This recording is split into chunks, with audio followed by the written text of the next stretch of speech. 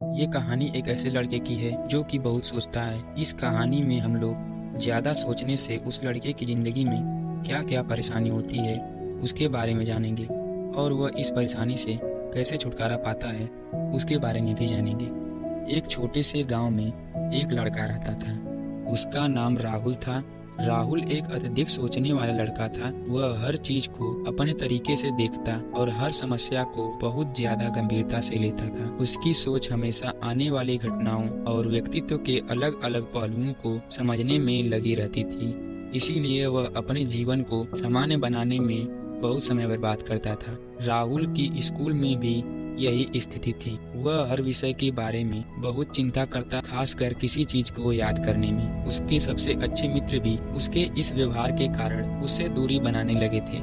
राहुल खुद को तनाव मुक्त बनाने के लिए विभिन्न योजनाएं बनाने लगा, परंतु अधिक विचार करने से वह और भी तनावग्रस्त हो जाता था। राहुल की माँ कुछ दिनों से यह चीज देख रही थी। एक दिन उसकी माँ उसके कमरे में आई और उसके टेबल पर एक चिट्ठी रख दी। चिट्ठी में लिखा था, प्रिय राहुल, अपने जीवन को सरल बनाने की कोशिश करने से पहले आपको खुद को स्वीकारने की आवश्यकता है और आप दूसरों से बात करें और आप दिन में योग और ध्यान एक बार जरूर करें, जिससे आपके मन को शांति मिलेगी। जैसे हैं वैसे अपने आप को स्वीकारें।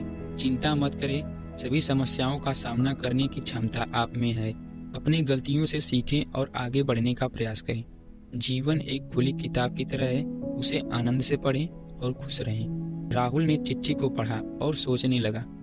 उसे यह खबर थोड़ी अजीब लगी, लेकिन उसके मन में कुछ बदलाव भी हुए।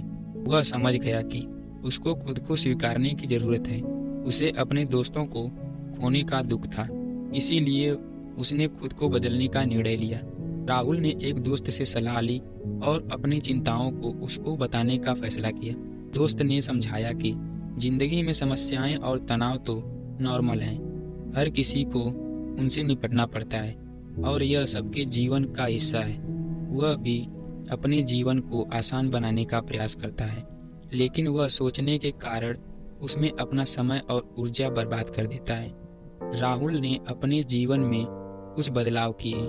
उसने योग और ध्यान का अभ्यास करना शुरू किया, जिससे उसके दिमाग में चिंताएं कम होने लगी। उसने अपनी दिनचर्या में सकारात्मक परिवर्तन किए, जैसे कि सुबह उठते ही सूर्य नमस्कार करना और अपने दिन को खुशियों से शुरू करना। रात को सोते समय भी वह अपने दिन के सबसे अच्छे पलों को याद करने का अभ्यास करता। इन परिवर्तनों के साथ राहुल का जीवन धीरे धीरे सुधरने लगा। उसके दोस्त उसे फिर से अपनी जिंदगी में शामिल करने लगे और राहुल की माँ को खुशी हुई कि उसने अपने बेटे को पुनः खोई हुई खुशियों को फिर से पाते हुए देखा। वह अब ज्यादा नहीं सोचता था।